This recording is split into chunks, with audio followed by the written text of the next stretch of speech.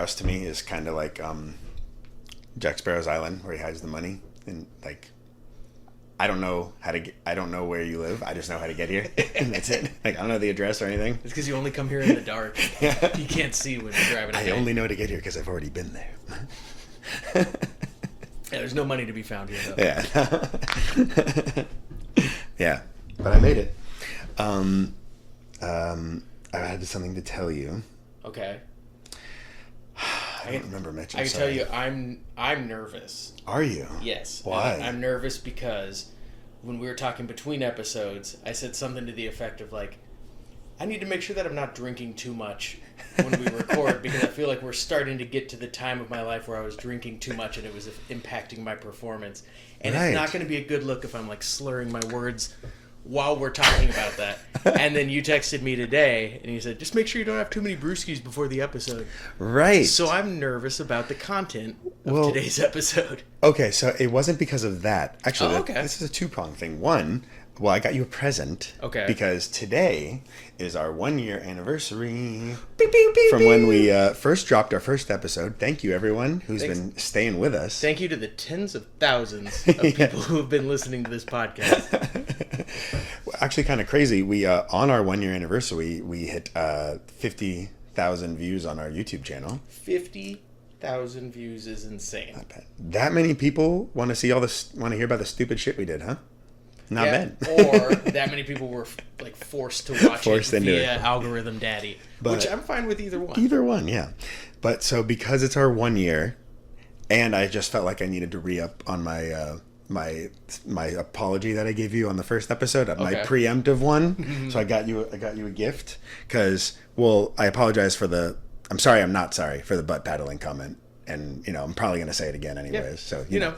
But, yeah. You can be wrong and you can have it on the record if you want to. Really right. But anyways, since it's also been a through line, they just released their own. But that's why I told you not to drink, because I got you some of your own. Oh. Avenged Sevenfold made a beer. I don't know what to call it. Life is but a dream. West Coast Double IPA. Yeah. From Four Sons Brewing in Irvine. Cool. OC. Yeah. I never heard about this. Yeah. It's pretty dope. How do you always have the line on, like, bands are releasing alcohol when you don't drink? Is it because you like bands? Yeah. Are you a band? Like, if you watch back the very first episode, AJ gave me a bottle of Slipknot whiskey. Yeah. And it was tasty, and had no idea that it existed, but somehow AJ did. Thank you. You're welcome. In standard fashion, I got you fucking nothing. You said the exact same thing on the first episode. Yeah, I know. That's called a callback. I'm way more professional than you think I am. Well, I mean, hey, I'm keeping the sevenfold through line, Sure. going all the way through. I mean, their album's right here next to me. God damn right. I don't think that's in any of the shots. So that's the first one that Mitch was pointing to, and his beer that I just got him is from the latest one, which I absolutely love. I think you would dig it too if you haven't. I like it. You do? Yeah. It's fantastic. I love a concept album. Yeah. Well, there you go. And it's very like they read a philosophy book and were like, let's do a concept album about this. What is it? Nietzsche? Nietzsche? I don't know. Nietzsche? I've actually played at the brewing company that makes that. Oh. Yeah. Well, blind taste test. Here we go. All right. Yeah. I'm gonna open my energy drink. Your Bang energy drink, which is worse than mine. Well, cheers to it. Cheers to 1 year. Cheers to 1 year, man. Yeah. Go us. And how is it? Oh, this is terrible. Nah, I like it. It's tasty. Good? Yeah. What kind of a beer is it? It is a West Coast Double IPA. Okay. Do you know what that means? No. I don't know any of that. Well, it's like it's got 2 IPAs in it. So like West Coast, like is this like does the East Coast have their own The East Coast is a different coast. Well, I know that, but does it have its own style IPA? I guess, man. I don't know. Okay. I don't know. I just drink beer. I thought you would know this stuff. No, I don't go that deep. All right. I usually go by ABV when I'm looking at the different drinks at a brewery. I don't know what that means either. That's alcohol percentage. Got you. Alcohol by volume. Like, which one's the most bang for my buck? When I did drink with you guys, I think my way of thinking was just like, I just need to do this as fast as possible so I can have fun with you guys because I hate the way this tastes so much. I hate the way it tastes. I hate the way I'm feeling. Yeah. Can I please stop? I watched AJ drink like a quarter of a handle of Jose Cuervo. Oh my God, I remember that. And just like tilted his head back and chugged it. Somebody dared me to or something. It is monstrous.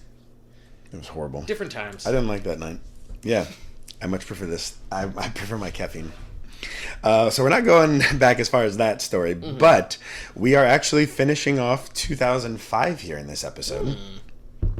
And I think we should, on that note, what you were talking about, so don't drink it too fast. Oh, shit. So I feel like, I think we should just give like an overview of like a few of the things that are going on. Now I basically are just storylines for us to tell in the podcast. So basically what we said, Mitch joined his fraternity, and Chris and Mitch's raging went fucking through the roof, basically. So at this point, Mitch didn't perform so well after his first show in his frat, and from that point on, we really weren't sure which Mitch we were gonna get at the shows. We were also kind of like waiting to see who's gonna show up. Yeah.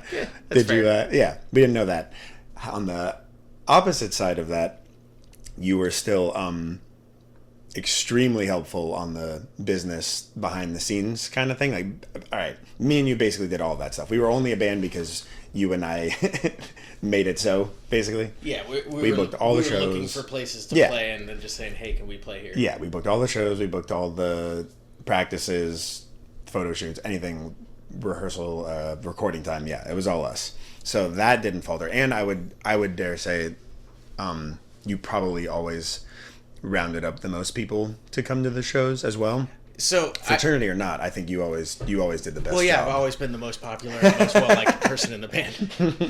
That's obvious. But I meant to bring this up. Listening back to older episodes, that was a factor in joining the fraternity. Oh, yeah. That I thought about. I considered the band aspect of it because I was like, I will be immediately like jumping into this giant party scene at this college where nobody knows us and nobody's ever heard of us. We can play their parties. We can set up events and stuff like that. It only happened a couple times, but they came a lot though. Yeah, and your buds came. If I recall, when I was rushing, they had told me that like a guy from Lincoln Park used to be in the fraternity. I think Sublime played at their house before. Really? So they had hooks. They had like reasons why I was like, okay. This could be good. Yeah. So that was what was going on with you. Chris's raging had the exact opposite effect. He would always play perfectly, which I found annoying as hell. Like, why are you so good? Not only was he good, but he kept getting like better without practicing. And me and Josh were just like, Josh and I were practicing like 4 hours a day. We're like, oh, fuck off, dude. Like this is ridiculous. So it was hard to be like, hey, you're partying too much when he just was the best one of us. There's literally no reason for him not to be. Yeah, like what? You guys can't even play as well as me. You're not doing anything. But he basically, me, any number or of us in the band, anytime we had a rehearsal or a show, you had to tack on about an hour, half hour to an hour of Where's Waldo, Chris Bartholomew edition. He became unreliable, like timing wise. Not when he was playing drums. No. He was always on time. That was great, but it was just like, is he going to be here? Yeah. So you weren't sure which one of me was going to show up, but you weren't sure if Chris was going to show up at all. At all, yeah. So there was that. So I mean, I don't know how many times you and I had to go find him at a high school party before the things. I didn't mind. I just pop in and go, hey, what's going on? Super senior? I'm in a fraternity at a college, right? Not old enough to buy you beer yet, though. And then the only other thing I kind of remember, this was a much lesser thing, but at the time it was a lot to us because, I basically look like a girl at this point, but everyone else, you guys we all dressed in black, except for Sean. He was still showing up in like plaid shorts, and we were all like, man, cut it out. You gotta adapt your style to match our new tone, man. Which sounds very silly to admit now, but at the time we were all not enjoying that. Well, because I remember we did like a photo shoot at our lockout, and we like coordinated. Like Chris obviously didn't wear a shirt; that was just his thing. But you and I were wearing like dress shirts, like black dress shirts. I think, or at least all black. Yeah, we were wearing like all black. I had a button up on. I remember for the one that I'm thinking of, and I'm pretty sure Sean was just wearing like a flannel with a shirt under it and like some shorts. We'll post those in about 1 year's podcast time. But yeah, it was just like, dude, come on. Anyways, so that's the general vibe. Although, like, we kept going like this, though. Like, we were on an upward trajectory as a band, regardless of all this silliness that was going on. But I will say, the only silliness you pointed out was just me, Chris, and Sean. What about you and Josh, man? Well, what was your bad thing? I mean, I was worse than Josh. Does that count? Like at guitar? Yeah. I mean, what? I don't know. I mean, I got nothing because I don't remember. I'm just pointing out that you're pointing a lot of fingers, and when you point a finger, guess what? You got 3 pointing right back at you. Okay, whatever, man. I don't know. Yeah, let me have to look at your hand and think about it. I don't know what you want me to say. Like, hold on. Yeah, 3 of them point backwards. I would definitely say for the amount of effort I was putting in, I should have been better at the guitar. But I don't think I don't think I was showing up being like, he's not holding up his part of the deal. No, I don't think it was ever like that. And I've always pointed at you as the guy who is like, there are people who were born just like naturally shredding, and it's just so easy and seamless for them. Yeah. But you put in like effort practicing, and a lot of times those people don't. So it's like good work ethic always beats out. It can. Yeah. Well, thank you. I appreciate that. Yeah. I give you that instead of beer. Yeah, that's fine. I'll take that. Yeah. But anyways, here. So show 1. Oh now that we've set the scene. Started yet? Hey, this is the Remember the Times podcast. Hello, everybody. I'm Mitch sitting down with AJ, and we're about 15 minutes into this episode. I think we're probably actually like 7. But 45 minutes in. We're finishing up 2005 here. So last episode, we played December 29th for our first time at the Roxy. We're basically on tour now. We did 2 nights in a row. This time we played December 30th. Back down at the Kiwanis Club in Hermosa Beach, which is about 16 miles south from the Roxy. But yeah, it's a little South Bay tour. Yeah, we're absolutely crushing it. This one, a buddy of ours set up, and it wasn't a huge show, but it wasn't a small show either. But the only thing I really remember about this is it's going to drastically affect the next 2 years. This was the first time we played with A Dying Dream. Oh. Which is, for anybody who does not know who A Dying Dream is, they are now the Ghost Inside, that giant hardcore band. Massive, touring Europe. Yeah, headlining everything. But yeah, they kind of grew up in the same area as us, and I remember like we were like aware of each other, but we hadn't played together yet. But I just remember like during their set, they like gave us a shout out and said like, "Oh, we love those guys." I guess. Us? Yeah. Oh my God. And like, because we knew that they were like one of the biggest bands in the South Bay at the time. They were bigger than us for sure. Absolutely. But they were like already touring and stuff. But so that we were just like super excited, and we did actually become friends with them and played with them like probably 20 times in the next year and a half until they blew up and stuff. But so that's really the only thing I remember. And now we are in 2006. Oh my goodness. 2006. Yeah, we actually did another pair of back-to-back shows here. One more at the Kids Cabaret. The Kids Cabaret. You're going to find out soon about why this one got shut down. I've been on pins and needles since the last episode. Well, so this one I don't remember it. I don't remember anything about this one. But we did a back-to-back. We played at the Manhattan Beach Teen Center. Right back in, like, back-to-back with these ones. I'm pretty sure Dying Dream played this one as well. And then the only thing I remember about this show is that our good buddy who's going to come up many, many, many, many times, Sam McCauley, had started a band called Trial and Error. I don't know if you remember them. Yeah. They were like a hardcore band. They played the show with us, but they only knew 2 songs. I absolutely remember. You remember this? Show. So they played the 2 songs, and then they just, like, for about a solid 10 minutes, just tried to figure out what they were going to do next while on stage. That's not the time to do that. And then they just played the song again. One of the ones they already did. It's been dead silent for too long. Do them again. Sorry, Sam, we're calling you out here. But yeah, that's really like the only main thing I remember about that one. So if this is the show that I'm thinking of, was this one where I was working at the teen center at the time of the show? Oh, and you just played in your shirt? Maybe, yeah. Because I was working. A few times. Yeah, because like we mentioned before, I was working in the Parks and Rec department, so I had like the blue shirt of a staff member. Right. And I was working that shift, and then when I was like, "Can I just like take my break right now?" And they're like, yeah, I guess. Interesting. And so they let me take my break to do our set, and then I came off, and then my manager was like upset afterwards because he was like, "It wasn't a good look that you were like wearing the shirt while you were saying swear words." Like, and I'm like, "Yeah, that's fair. It's a fair point." But also, I didn't bring another shirt. So, like, what do you want from me? You wouldn't give me the day off. You could have not scheduled me tonight. Yeah, you knew this was happening. Okay, and then so now we're into, I think, February. We did another back-to-back. Really weird. The first one was at the Kids Cabaret again. This is basically the last time we played an actual show at the Kids Cabaret. Okay. We booked it, and then Chris forgot that he had bought him and his girlfriend Avenged Sevenfold tickets for that night. So he didn't play the show with us.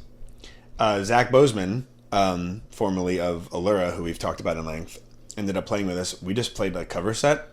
I don't remember that. That seems like it would stand out. I remember we played He Who Laughs Last by AFI, which I was always so excited to do, but we never did, but we learned it for the show. And there's actually video of it. I have it on my YouTube of us playing All the Small Things, and you let Sean sing it, and you played bass. Yeah, I remember that. Now? I remember that video. I don't remember that show other than that, though. Yeah, that's it. It was just, we played like a cover set, and we might have played a couple SB&C songs, because I'm sure Zach knew a few. Yeah, I don't know. So that was that one. That was weird. We just didn't cancel it. And then the very next night, we had a headliner at the Joslin Center in Manhattan Beach. There's pictures of this one. I don't really remember too much, but this was definitely a solid headliner for us.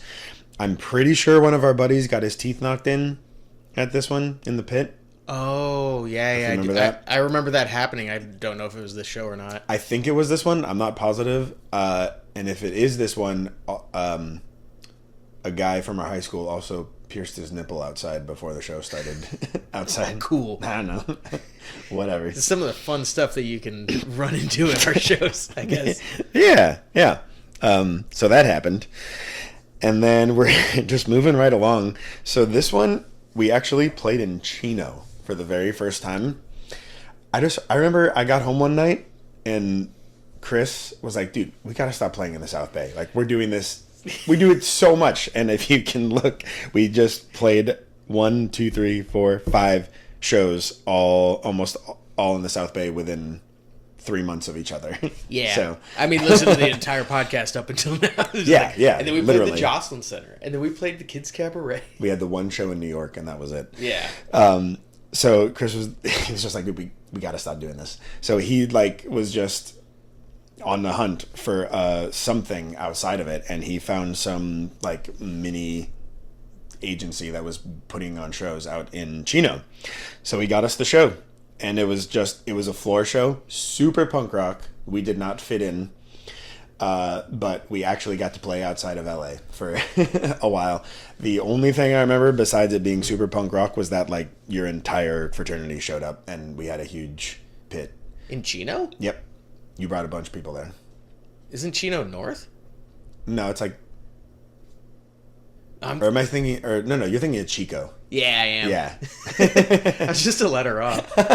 Yeah, Chico's up north. Yeah. Oh, that city will come up. Chino Hills. Yeah. Oh, okay. Yeah. Yeah. So that was south. Yeah. Okay. Yeah.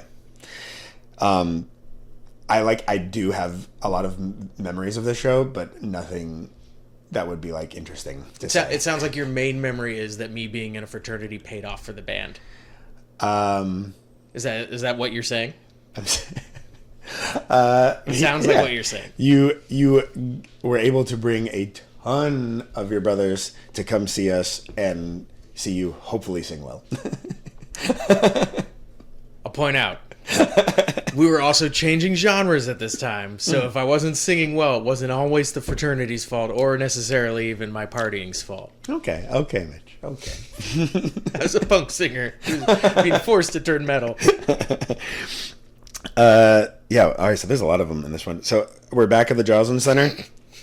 I have literally no memory. But yeah, so we finally got out of South Bay. But it's on the list. We finally got out of South Bay, and then we went right back to the South Bay and played another Joslin Center show within like a month. That's our big homecoming show.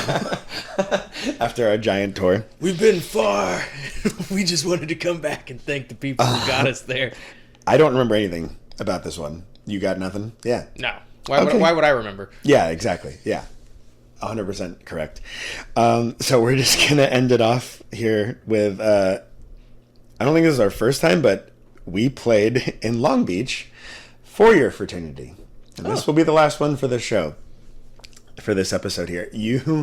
I don't know if it was like some sort of Battle of the Bands or like talent show. Was it Di Piazza's? No. I don't remember where we played. We played one song, right? Oh, okay. Was this like a talent show for your frat? I remember this, and this was like one of the more embarrassing memories that I have from college. A sorority at our school had a competition called Mr. Heartthrob, and I was put forward as our fraternity's contestant for Mr. Heartthrob. Oh no shit! Yeah.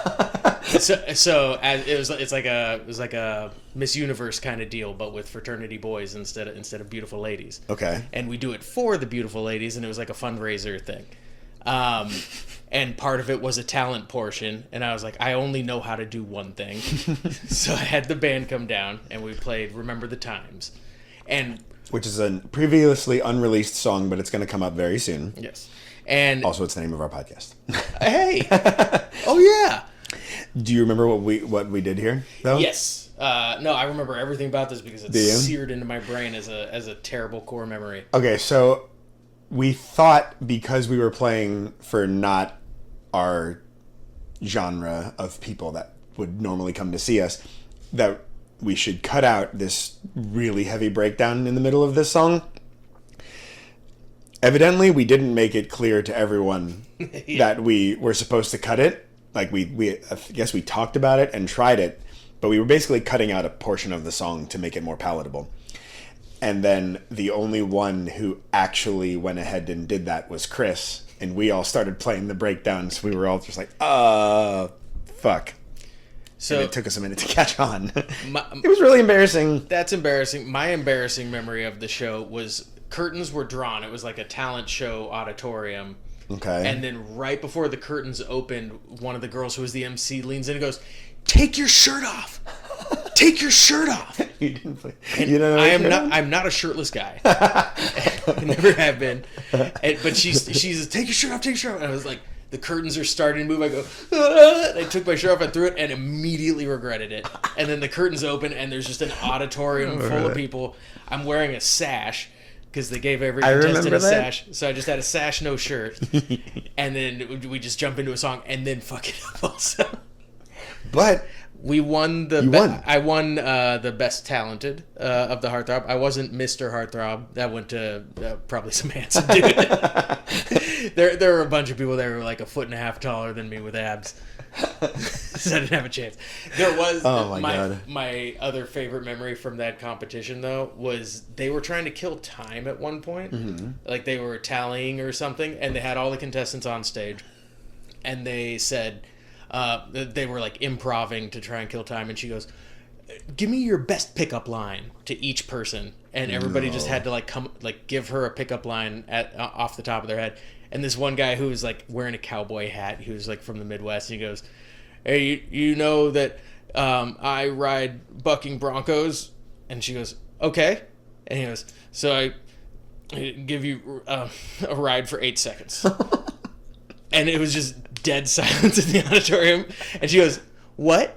And said he had to repeat it. He had to say it twice. That's so good. Mine got a big laugh, though, and I was proud of it. But I'm sure yours was amazing. Do you remember it? Yeah. Not going to say it. All right, fine. I kind of saddled up to her, and I said, "Hey, how you doing?" And she goes, "Good, how are you?" And I said, "Hey, good.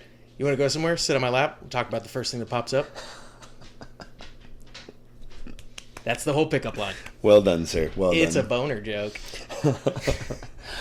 All right, so you won. Yeah. We played terribly. People still liked it. Yeah. Well, because we obviously had put in the most effort out of anybody else. Yeah.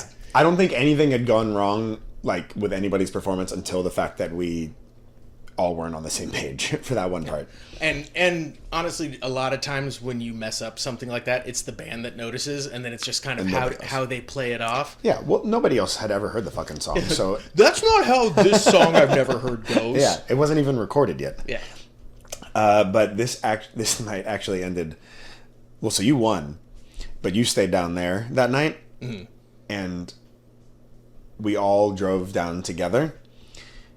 And mind you, this is 2006, so GPS in cars is not a thing, or on phones. Smartphones aren't even invented yet. Yeah, they were all flipping open. And this was our first time, basically all of our first time in Long Beach. Like, we hadn't really been down there except to hang out with you. Like, we went down just to see you a couple times. It's kind of like how you described coming to my house currently.